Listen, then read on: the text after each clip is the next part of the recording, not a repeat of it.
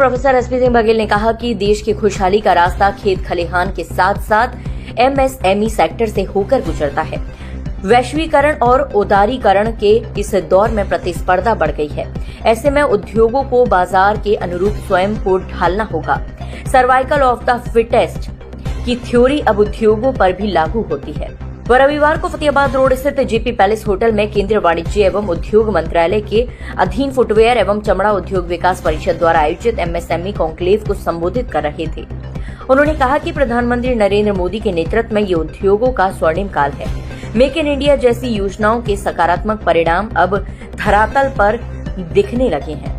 छोटे उद्योग जो हैं लुप्त नहीं हो पा रहे हैं, वही उद्योग लुप्त हो रहे हैं जो कि नई तरीके से जो चेंजेस आ गए हैं उसको नहीं अपना रहे हैं। यही उद्देश्य एमएसएमई का है करने का। एमएसएमई मंत्रालय या एमएसएमई जो भी ये करता है कॉन्फ्रेंस, उसका पीछे रीज़न ये होता है कि आगे बढ़ने के लिए ऐसा नहीं कि कोई भी बड़ा उद्योगपति पहले एमएसएमई नहीं था, एमएसएमई से ही शुरुआत होती है फिर आगे बढ़ा जाता है। तो वो हम उनका हाथ पकड़ना चाहते हैं। मंत्रालय भी ये कह रहा है और बड़े उद्यमी भी ये कह रहे हैं कि एमएसएमई के थ्रू आइए, हाथ बढ़े, आगे बढ़ें और उस अपने उद्योग को जो बड़े उद्योग में स्थापित करें, जिससे हम ज़्यादा से ज़्यादा लोगों को रोजगार दे सकें। उद्देश्य इस तरीके के प्रोग्राम का यही है। 22,000 करोड़ रुपया एमएसएमई के द्वारा एलोकेट किया गया है। ये 22,000 करोड़ में भारत सरकार की इच्छा ये है कि जैसे आगरा का जूता विश्व में अपनी ख्याति प्राप्त करता है, ऐसे ही इस दुनिया में 85% जो लोग हैं वो सिंथेटिक जूता पहनते हैं, मतलब नॉन लेदर जूता पहनते हैं। तो सरकार इस दिशा की ओर आगे बढ़ रही है कि जैसे भारत का जूता अभी विश्व में चमड़े के रूप में पहचाना जाता है, अभी जिसमें चाइना की बादशाहत है, वर्ल्ड ग्लोबल इंडेक्स में आज भी 75% जो सिंथेटिक जूता है दुनिया में वो चाइना का बिकता है। अब भारत सरकार ये चाहती है कि ऐसे ही सिंथेटिक का क्लस्टर डेवलप हो आगरा के अंदर, और आगरा के अंदर जो उद्यमी हैं वो सिंथेटिक जूता जो भी देश में बेचते हैं वो पूरे भारतवर्ष के अलावा पूरी दुनिया में जाए। इससे एक नया ट्रेड का सृजन होगा। प्लस हमारे यहाँ पे जो दलित समाज बहुतायत में है, 1/3 आगरा की पॉपुलेशन जो है वो दलित समाज से आती है, उनके लिए एक रोजगार का नया रास्ता बनेगा। उद्योगों में इस समय रास्ते आसान हो रहे हैं और उद्योगों के बिना कोई देश आगे बढ़ नहीं सकता। और बढ़ती हुई अर्थव्यवस्था में आगरा की बड़ी भूमिका हो, आगरा के लोगों को ज़्यादा से ज़्यादा रोजगार मिले और उनके साथ उन पर सारा यहाँ मनन किया जाने वाला है। यहाँ इस मनन के अंदर चाहे वो बैंकिंग सॉल्यूशन हो, धन की व्यवस्था हो या फिर भूमि की व्यवस्था हो, ऐसे सारे विभागों को यहाँ बुलाया गया है। हर एक ने अपना अपना यहाँ पर रोल जो है रखा है। यूपी सीडा के अधिकारी भी भाग ले रहे हैं, हीडा के अधिकारी भी भाग ले रहे हैं, बैंकर्स ने भी भाग लिया है और एमएसएमई के अधिकारियों ने भी यहाँ भाग लिया है। और ये एक नई दिशा आगरा की बड़ी भूमिका के लिए और आगरा के युवाओं के रोजगार के लिए ये इस तरह के प्रयास लगातार चल रहे हैं। आज दिन में एक ज़मीरा जरदोजी पर भी कार्यक्रम था, अभी पिछले वीक उस पर भी कार्यक्रम हुआ फूड प्रोसेसिंग पर। आगरा अगर इस तरह के कार्यक्रमों के माध्यम से आगरा के उद्योगों को खड़ा करता रहेगा, आगरा अब ये उद्यमी जो संस्थाएं वो अपने जो उनका मुख्य उद्देश्य है उद्योगों का संवर्धन करना। अभी तक हम इस समस्याओं में घिरे रहते थे, सरकार से समस्याओं में जूझते थे, वहाँ ईज ऑफ डूइंग हो रही है तो हम अपना सारा का सारा ध्यान जो है एक उद्योगों के संवर्धन की ओर लगा रहे।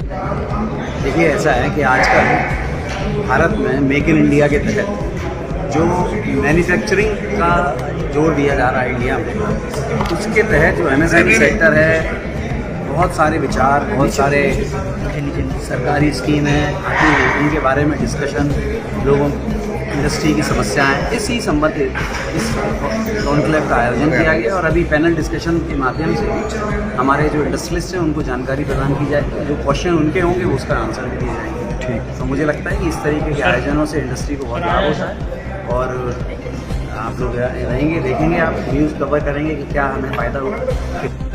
आज एमएसएमई की कॉन्क्लेव हो रही है, बहुत ही अच्छी विषय था जिसमें सभी उद्यमियों को उन्होंने बताया कि सरकार की क्या मंशा है और उनकी स्कीमें बताई जिससे कि एमएसएमई उद्योग और ज़्यादा तरक्की करे। लेकिन यहाँ पर जो अधिकारियों द्वारा समझाया जाता है और जो सरकार की मंशा है कि एमएसएमई को अधिक से अधिक सुविधाएँ देकर उनको अपने देश के हित में काम में लिया जाए, वो सारी योजनाएं अधिकारियों तक ही सीमित रह जाती हैं, वो उद्यमियों तक नहीं पहुंच पाती है। तो मेरा इन सबसे यही रिक्वेस्ट है कि ये किसी भी तरीके से जो सरकार की मंशा है उसको मुझे पूर्ण करने का कार्य करे, जिससे MSME अधिक से अधिक तरक्की करे और देश हित में काम में आ सके। और अधिकारियों से भी यही चाहूँगा कि सरकार आपको अपने सुविधा के लिए और सरकार की योजनाओं को पहुंचाने के लिए ये अधिकार देती है कि वो आप MSME यूनिट्स को ये हमारी जितनी भी योजना है वो वहाँ तक पहुँचाएँ, तो उसमें भी वो पूरी कोशिश करें कि हर एक पर ये सारी सुविधाएं पहुँचे। जैसा कि इन्होंने बताया, उद्यम 6.5 करोड़ स्थापित हो चुके हैं जो उन्होंने रजिस्ट्रेशन कराया है, लेकिन उन्होंने ये नहीं बताया कि 6.5 करोड़ उद्यम को हमने रजिस्ट्रेशन तो दे दिया है, उनको हमने क्या क्या सुविधाएं प्रोवाइड की और कितने लोगों को हमसे फ़ायदा हुआ। केवल एक खाना पूरी करने से कोई फ़ायदा नहीं है, इसलिए मेरा जो उम्मीद है कि जो अच्छा कार्य करेंगे और उद्यमियों को ज़्यादा से ज़्यादा में हमारे विभिन्न सेक्टर से आए हुए कॉन्क्लेव का जो मूल उद्देश्य है वो यही है कि जो सरकार की ओर से क्या क्या पॉलिसीज़ हैं, केंद्र सरकार प्रदेश सरकार क्या क्या पॉलिसीज़ हैं, क्या क्या इंसेंटिव हमारी इंडस्ट्रीज़ को दिए जा रहे हैं, उसके विषय में हमारी इंडस्ट्रीज़ को रेगुलर बेसिस पर पता चलता रहे। तो यहाँ विभिन्न योजनाओं के विषय में अलग अलग विभागों के द्वारा यहाँ बताया गया है इंडस्ट्रीज़ को, अपने अपने विभागों की महत्वपूर्ण जानकारी दी गई है और इन जानकारी का पूरा लाभ यहाँ की इंडस्ट्रीज उठाएंगी, ऐसा मुझे विश्वास है। और इन योजनाओं का लाभ उठा करके हम अपने प्रदेश को और अपने देश को एक नई ऊंचाइयों की ओर ले जाएंगे, ऐसा मैं करता हूँ। और मेरी शुभकामनाएं सभी इंडस्ट्रीज़ के साथ में हमेशा हैं। हम लोग जितनी भी इंडस्ट्रीज़ हैं यहाँ पर, उन सभी इंडस्ट्रीज़ की विभिन्न जो उनकी समस्याएं होती हैं विभिन्न प्लेटफॉर्म पर, चाहे वो जिला उद्योग बंधु का प्लेटफॉर्म है, चाहे मंडलीय उद्योग बंधु का प्लेटफॉर्म है, उन पर उन समस्याओं को उठा करके उनकी समस्याओं का